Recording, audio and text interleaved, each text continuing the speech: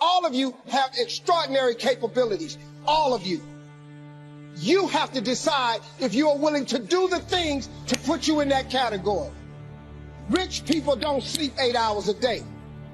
That's a third of your life. It ain't but 24 hours in a day. You cannot be sleep 8 hours a day. You got to get comfortable being uncomfortable if you ever want to be successful. What you should do if you want to start waking up early is start waking up early. You figure out what that time is for you, and then you start waking up at that time. Now, if you wake up and it's earlier than you normally wake up, by the end of the day, guess what? You'll be a little bit more tired, and then you can go to bed a little bit earlier. Impose discipline on your life. That's the way it works. Get out of bed, go get some. You got 24 hours in a day. The earlier you get up, the more you can take advantage of those hours. The reason I wake up at 4:30 in the morning is no one else is awake yet. So that gives me the opportunity to do things that I need to get done kind of selfishly for myself. And the big one in that category is working out. And it doesn't feel good at 4:30 when you get up, but by the time 7 o'clock rolls around and you've already worked out and you've already got some work done and you've got some time to say goodbye to your kids before they go to school, it's infinitely better than sleeping in until 6:45 and you get out of bed and now you missed your kids going to school or whatever. You're not prepared for the day. It's awful. Whatever amount of sleep you need, you know how much you need. So you go to bed early enough so that you come awake naturally. Wake up at the same time every day. And if you pick that time and you start waking up at the same time every day, that's very good for you. It doesn't have to be 4:30, it could be 6:30, it could be 7. I don't know what your personal schedule is, but find out a time, pick it, set it, stick to it, and maintain that schedule, and that's going to end up better for you. I recommend it's earlier. I recommend that you go to bed earlier, because what are you doing at night most of the time? Most of the time at night, you're not working on anything super productive. You're just winding down and watching stupid YouTube videos or surfing the internet, reading clickbait stories, right? Don't do that. Instead, go to sleep and then wake up early. No one's coming to push you. No one's coming to tell you to turn the TV off. No one's coming to tell you to get out the door and exercise. The bottom line is, no one's coming. When you become 18, when you move out of the house, when you're an adult, you have to parent yourself. Unless you understand that you've got to parent yourself, you've got to push yourself, you're not going to make your dreams come true. Take yourself out your comfort zone. Do not live in your bubble. Put some more air in your bubble. If you stay in your comfort zone, that's where you will fail. You will fail in your comfort zone. Success is not a comfortable procedure. It is a very uncomfortable thing to attempt. So you got to get comfortable being uncomfortable if you ever want to be successful. If you don't have any discipline, you'll end up with absolutely no freedom. You'll end up being a slave to other people that boss you around. There's all kinds of problems that can occur if you don't have discipline in your life. And the more discipline you have, the more freedom you're going to have. The Bible says, he who loves to sleep and the folding of hands, poverty will set upon you like a thief in the night. He who loves to sleep and the folding of hands, poverty will set upon you like a thief in the night. Make a plan. Look at what you're interested in. Get disciplined about something. Allow for the possibility that you have something important to contribute to the world, and that the world would be a lesser place without that contribution. Don't be afraid of taking on responsibility. It's where you find what sustains you in your life. You can take on too much responsibility. You have to be cautious in that regard, but that's a less common problem than not taking on enough. Now, when it does come to planning, I think the most important part of a plan, the thing that makes a plan the most effective, is its flexibility. When you do the actual operation and you come up against unexpected things, which are absolutely going to happen, you have the flexibility, you have options, you have contingency plans to deal with. You got to have a plan. Everybody's got a dream. Everybody's got a goal. What's the plan? And your plan has got to have something I call the C5 complex. Your plan has got to be clear, concise, compelling, consistent, and committed. You've got to have a plan. And when you're trying to do something that you're truly passionate about, there is no plan B.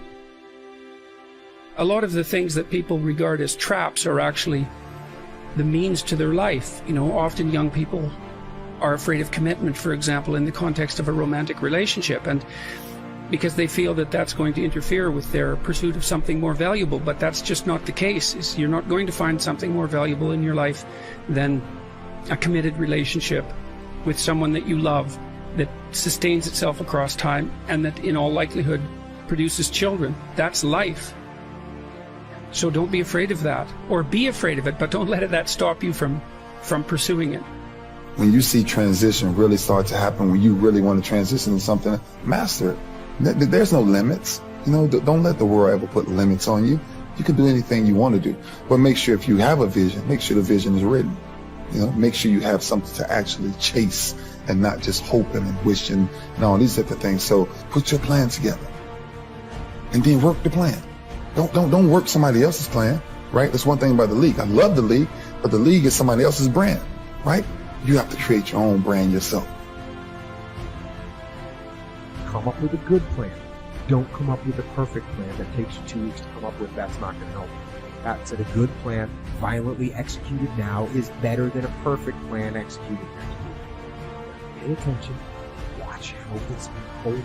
Don't put the blinders on, and you've got your plan. Now we're going to go, and we're not going to look around anymore. We're just going to follow the plan. No. You have to be observant. You have to observe when you decide to act the whole time. You can't just come up with a plan and stay on that track, because when you come up with a fast plan, you're not going to have thought about every single detail. Your future is in your hands. You know what that means? You got to work on your mind. Fortify yourself. You know what that means? You got to upgrade, level up your skill set. You know what that means? That means you want to be in a community of collaborative, achievement-driven, supported relationships that's going in your direction. You're supposed to evolve, not be the same way. We've been trained to be who we were not to be. And as a result, most of us are living a misplaced life. A lot of people have made the decision to give up. A lot of people have made the decision to wait for a stimulus check. They don't require much stipulation. A lot of people have made the decision that I can't make it. A lot of people have made the decision that this is too painful, this is too much.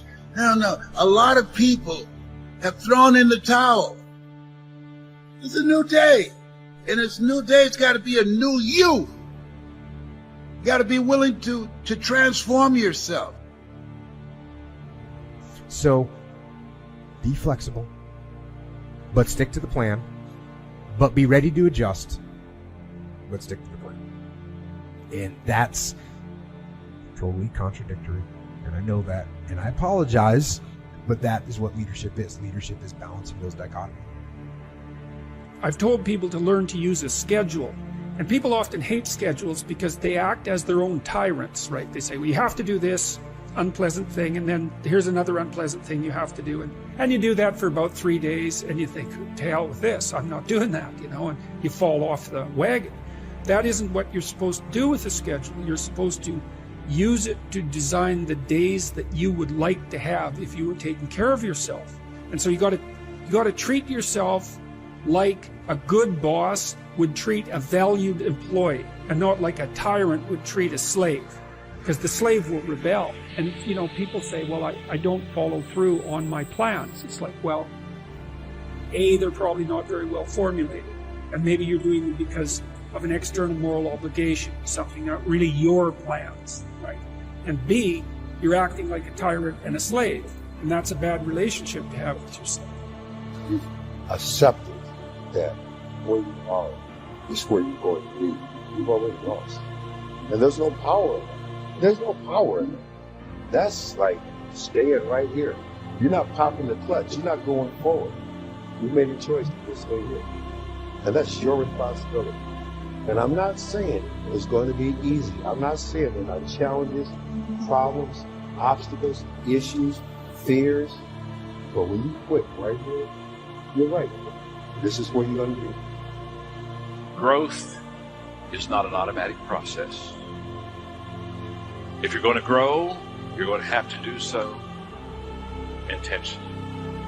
And highly successful people They continually have a thirst for knowledge. They continually ask questions.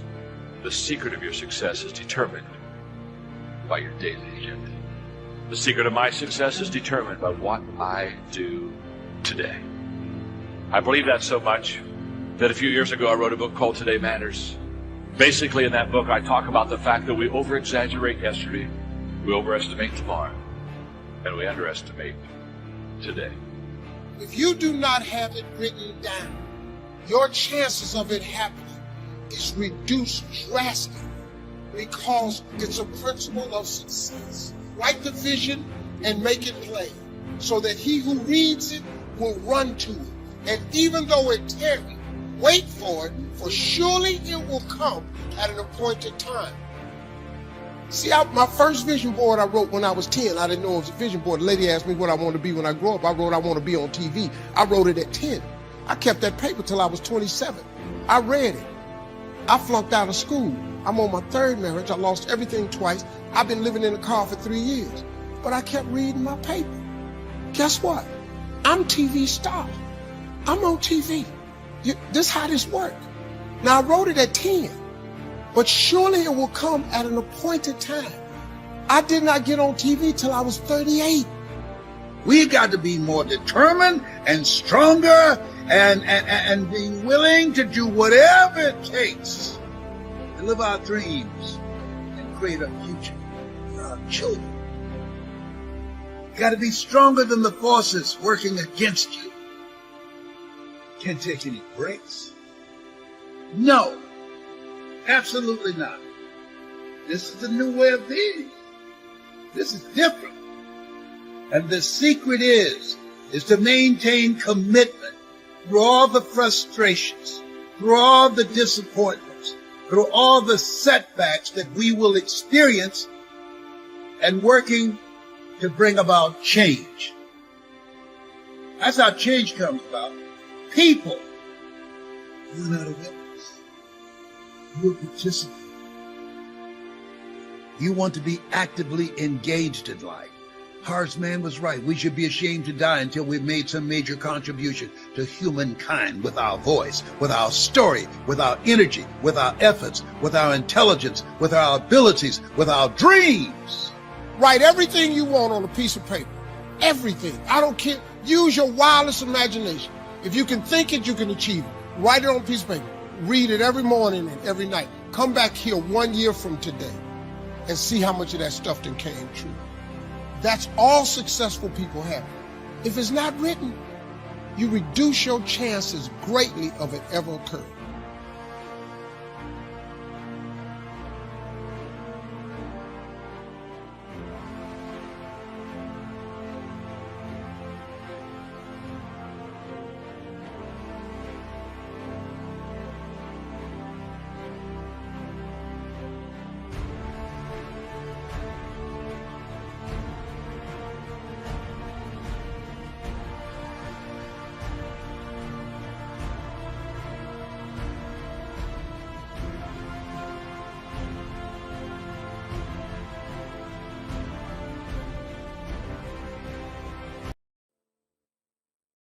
Life ain't luck, man.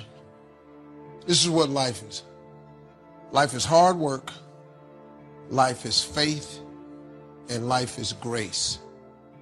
You just keep the faith and work really hard and then ask God for as much grace as he can give you.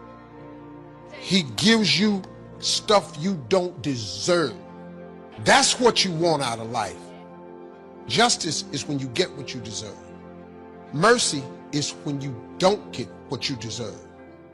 Grace is when you get what you don't deserve. I just want some grace. I want God to give me a house that I don't really deserve. See, that's the problem with people. They think they deserve something. No, you don't. I work really hard.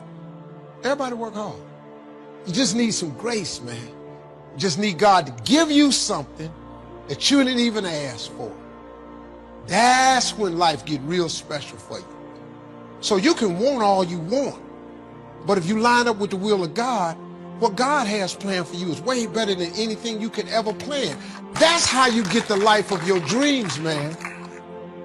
Give us this day our daily bread. Don't ask for nothing else. Quit worrying about tomorrow. When you worry about tomorrow, you're off into something you have no say-so in. You have no control. So why would you worry? By worrying does not add a single hour to a day. You'd be amazed what would happen to you if you quit tripping about tomorrow. Today is plenty. Worry long enough, it'll drop you to your knees. Could reduce you to begging. I know how bad this one is. I used to have it bad. But I tell you what, my advice to you is do what I finally did. Give it up. I'm not saying it's easy. I'm saying it's worth it. And I discovered you could live the most incredible life free of worry. Not free of challenge, free of worry. The Lord knows when is often an expression. I wanted to have more meaning than a casual American colloquialism. I wanted to point to the fact that the Lord knows when is my conviction. It is comforting to say the Lord knows when, especially when I don't. To rebuke the tendency to believe that our lives are chaotic. To know and to remind yourself that God has a plan and He has a schedule, He has a structure, gives comfort, whether He shares it with me or not. It's like children going on a ride and they're in the back seat of the car and they keep saying to you, "Are we there yet?" Yet they are comfortable to ride on the car because they know that their father or their mother has the wheel. I don't know whether we're at the end of suffering. I don't know whether we're at the end of sacrifice. Are we there yet? But I do know who holds the wheel. I'm not worried about where I am in the journey because I know before we got in the car, you had a plan, you had a map, you had a strategy, you had a timing, and I'm going to wait on you. It is possible to be going through a process of healing and know it's coming, but don't know when. God has a when. He's not making this up as He goes. He's not just responding to your moods, your attitudes, and the attacks of the enemy, and the things your friends say about you. You are not at the mercy of your detractors, your haters. You are only at the mercy of the timing of God. And God knows when. I might not come forth today. I may not even come forth next week or next month. But when He has tried me, I shall come forth as pure gold. I know how the story ends. And every contaminant that would contaminate my worth or value will have burned off in the process, but not me. Gold don't burn, baby. It may melt, but it will never burn. So if God allows me to put me in the fire for a while, He's only trying to burn off those things that would weaken my value, and I shall come forth as pure gold. You should be tried, but you're going to survive. Be thou faithful unto death, and I will give you the crown of life. God has a watch and a timer is on it, and it's already set. Everything is on schedule. I said nothing is chaotic. Everything is on schedule. Don't worry about your purpose. Worry about your season. Because when you get in your season, your purpose will be clear.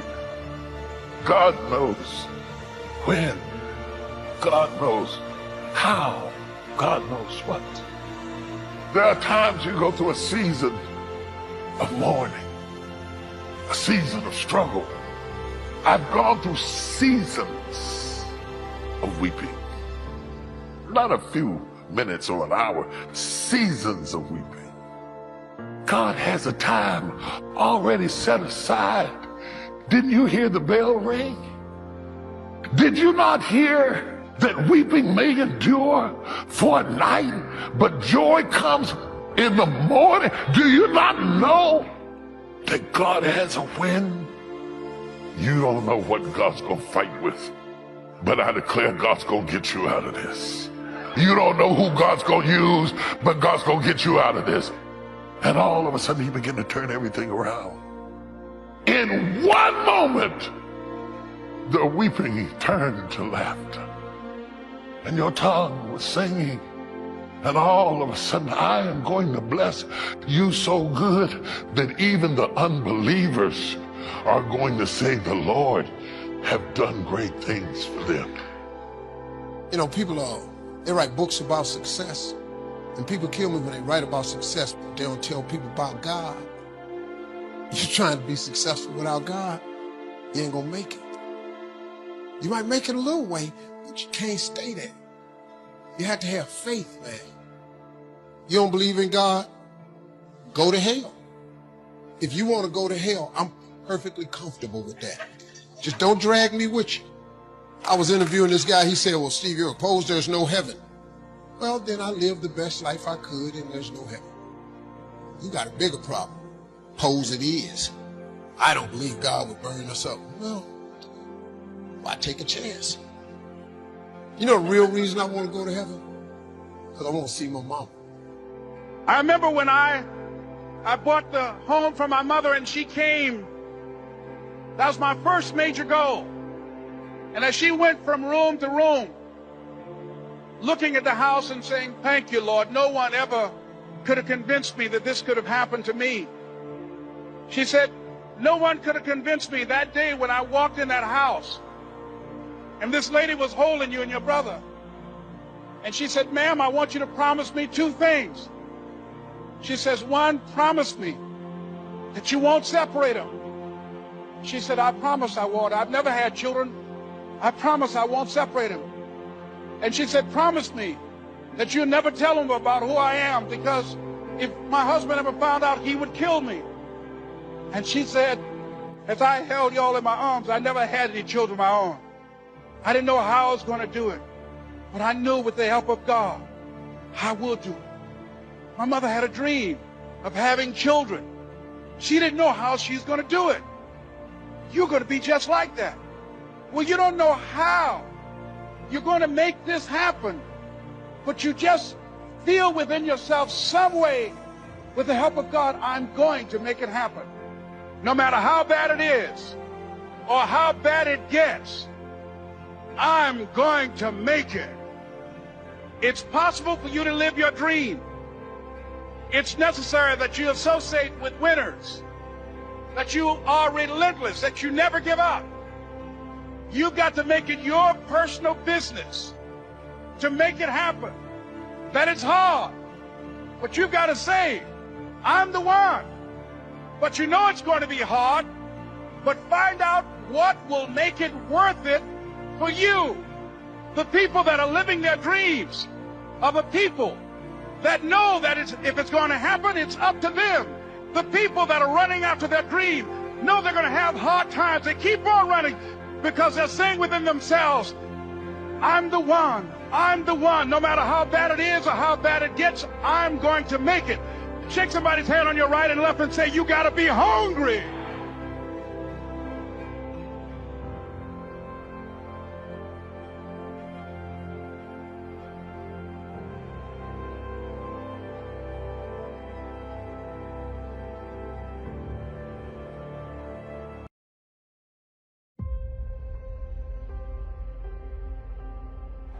I love people of action. I weary of people who get in your face and tell you what all they're doing and actually doing nothing at all. In my life, results count. I'm impressed by results. Don't tell me what you went through. Tell me you got it done. Not hearers of the word only, but doers of the word. God blesses what you do. And see, when you walk with somebody who is a person of action, and you walk with a do-it man, that spirit will leak out on you. Oh, look at somebody and say, do it. Do it. Do it. Don't dream about it. Don't wish for it. Don't hope for it. Don't long for it. Don't cry about it. Get up and do it. Do it with all of your might and with all of your strength and with all of your passion. Somebody holler, do it! I know you've been through hell. I know you had to go through high water. Didn't think you could swim through it. But I also know there's a reason that you went through everything you went through. After this, you're going to come into your promised land. You're going to see why you had to go through this to get what God is about to do in your life. He didn't take you through that wilderness for nothing. Something good is going to come out of this. You can't let your past destroy your future.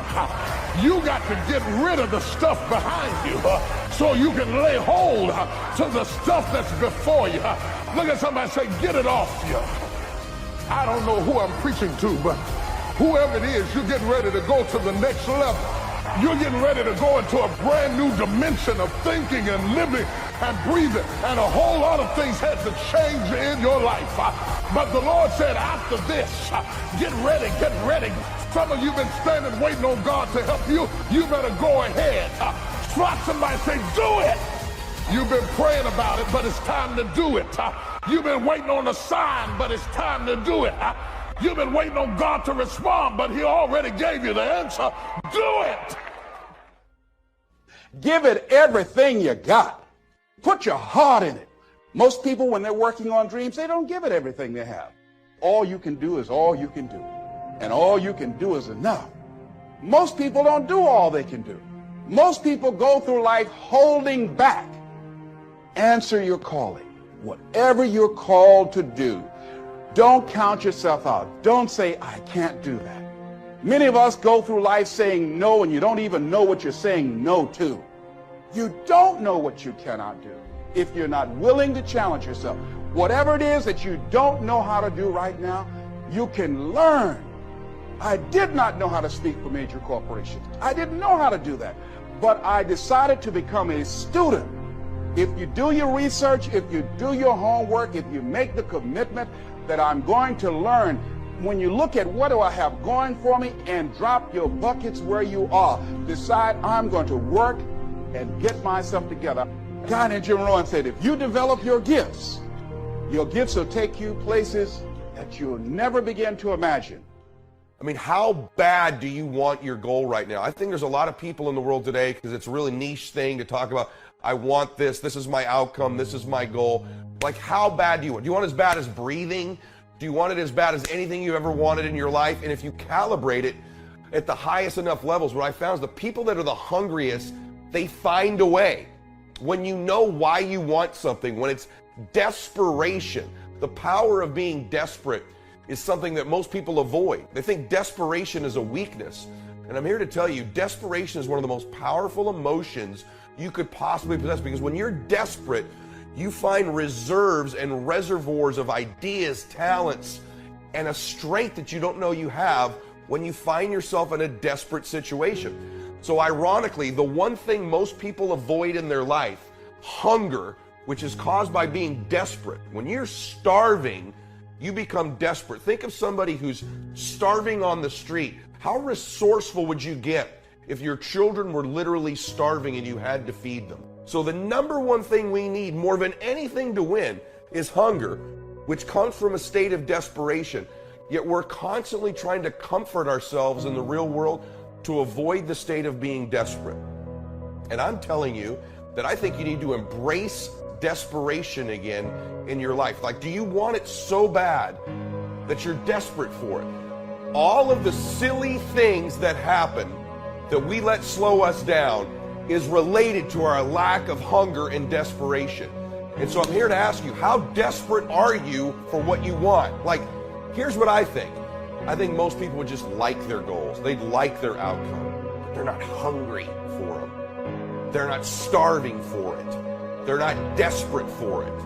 But when you start to feel that desperation, it's one of the most powerful emotions in the world, because you become so resourceful, you become so determined, and all the noise goes away. See, all of these objections, all of these fears, all of these old stories you tell yourself, all the excuses that you're making, and I love you, so I'm saying this to you, are all going back to a lack of real hunger, real desire, real desperation. Because real desperation is beautiful.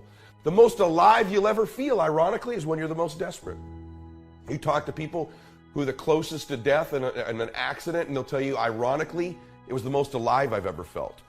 Because you're so desperate to survive. You're so desperate to get through it. Yet in life, We try to avoid this all the time. And I'm here to tell you, embrace the desperation. Seek the desperation. Show me somebody hungry. I'll take hunger and desire over IQ, over knowledge, over skills every day of the week. Because I can teach you skills. I can teach you the lessons. I can teach you the words. But I can't give you heart. I can't give you hunger. I can't give you desire. I can't give you the courage to be desperate. Because desperate people look a little funny. Desperate people don't fit in. Desperate people stand out. You see someone desperate, you're like, whoa, what's going on with them? Desperate people get criticism. And most people would rather not stand out. They'd rather not leave the crowd. They'd rather not take the criticism. They'd rather not take the heat. So most people say, I'd love to be a millionaire. I'd love to win. I'd love my dream relationship. I'd love the best body I could have. I'd love to be happier, but I don't want to look bad doing it. I don't want to seem desperate. I don't want to seem different. I don't want to step out of the crowd. And as long as you're one of those people who won't step out, who won't look a little bit funny, who worries more about what other people think about them than truly winning, you're always going to be held back. What's your level of real hunger? What's your level of real desperation? How bad do you really want it? Or would you just like it? Do you need it like you need to breathe? Do you need it like you need to eat? Do you need it like you need to exist? Or do you just kind of want it? Because you show me two people. You show me one person who's desperate and hungry. You show me another one who'd like it or wants it. You show me one person who's willing to look bad and get uncomfortable and color outside the lines and do whatever they got to do to get to their dream. And you show me another one who won't, I'll take this person every day of the week. Maybe they don't come from the perfect background. Maybe they don't have all the perfect words. Maybe they don't have all the right relationships, but they got the goodies, man. They got the one thing you got to have to win, which is hunger and desire and some heart. And I know you've heard these things before, but now I want you to be self-aware. Really, how hungry are you? What are you doing to feed your hunger? What are you doing to feed the fact that you feel like you're starving? Because the more you want something, the lack of it makes you more and more hungry. For example, if I were really hungry and I needed some food, it's one thing to want it. It's another thing, when that food's right in front of me and I'm not allowed to eat it, I become hungry. So the closer you bring what you want to you, increases its hunger level. The more repetitious it is, the more you think about it, the more you bring it into your thoughts over and over and over again, the hungrier you get. That's why repetitive thought about what you want is so critical. So evaluate that. Am I as hungry as I could be? Am I as starving as I could be? Do I want it so bad I'm desperate for it? Or would I just like it? Would I hope for it? The greatest athletes, the Kobes, the Bradys, the Jordans of sports, have a way of feeding their hunger all the time and increasing it. What separates them isn't just their work ethic, isn't just their talent, although those things matter, isn't just they practice more. What separates them is they're just hungrier. They somehow find a way as they climb up the ranks and win championships to get even hungrier for more, where 99% of the athletes lose just a little bit of their edge once they get that first championship, that first pro contract, that first big amount of money, that first world championship. They just lose their hunger a little bit. And then there's the elite. They get hungrier. It feeds the beast. For some of you, have you been hungrier in the past? Let's be honest. And have you lost a little of that hunger where you're just not quite as desperate as you used to be? And so it's feeding your desperation. And the way we do that is we feed it to ourselves over and over again because it becomes something we must have. We have to have it, like we gotta eat, like we gotta breathe. Feed the hunger, feed the desperation, embrace it. Don't try to look so pretty, because this desperate state eliminates all the things that hold you back. Your fears, your worries, what you don't know, what the obstacles are, signs, haters, lack of information, lack of blah, blah, blah. It all goes away when you're hungry.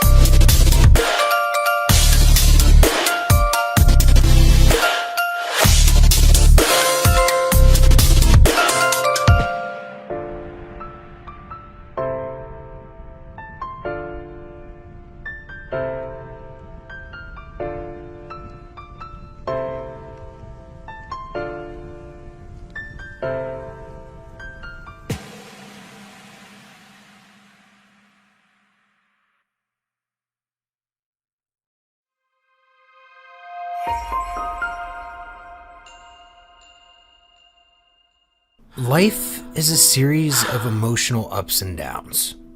You know it very well because with age comes experience and wisdom. And just as it works with emotions, it also works with people who come into our lives and are with us for years, but sometimes this does not always happen for life, and they move away from us, perhaps for a while, or maybe forever. But the objective of this video is to tell you that this is not a bad thing at all, or something that will define the destiny of your life, because in life, you must move on. A person can never define an end for us. You should know that you need time to heal. Oftentimes, we try to run to the next thing and the next thing and get away from the problem by distracting ourselves with the next thing. And oftentimes, we try to run to the next relationship because we were hurt by the past one.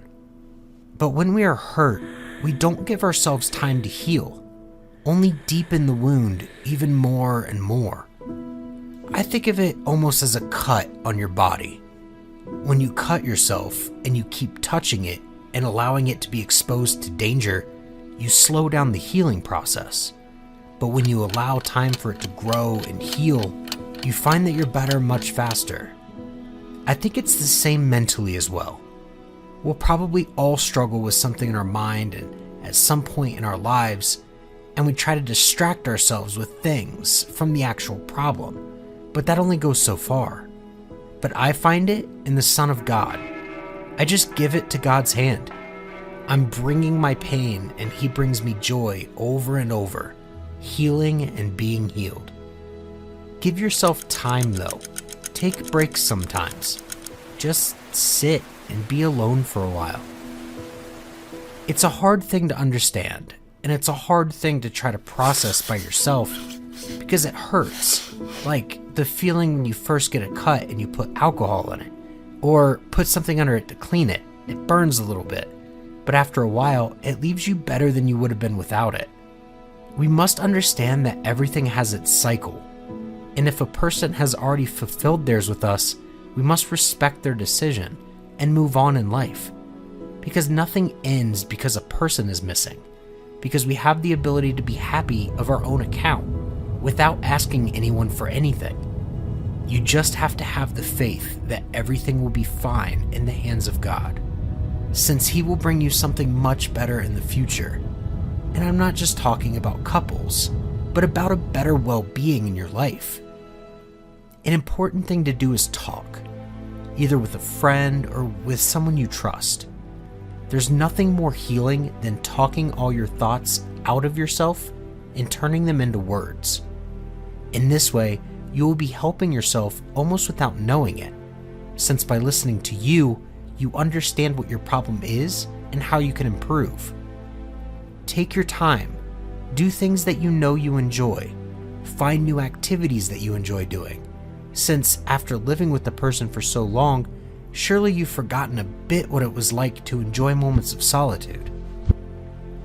Also, let's be honest, in a world with a large number of people, the one who has abandoned us will not be the first or the last to be with us. The world is excessively large, and the same applies to people, so allow yourself to meet more people, and at least if you do not have a relationship, you will have a friend with whom you will share several memorable moments and have great talks, since not everything should always end in a relationship. Do not force yourself to have relationships to avoid being alone. You have to understand that you must first heal, in the sense that you must first overcome a problem, know how to deal with your loneliness, and get to know yourself better, and then any relationship will come, since in this way, you will attract positive people into your life, and you will avoid repeating the same problems as before. Also, don't feel like there's something you did wrong for the relationship to end, or waste your time thinking all night about the things you could have done better. Really, people can change very often, and surely that person has not abandoned you for a specific reason that you are to blame for, or for something that you have done one time, but they have done it for him or her, a personal reason. They were a couple, not a person. Therefore, two people have been responsible for the dissolution of the marriage.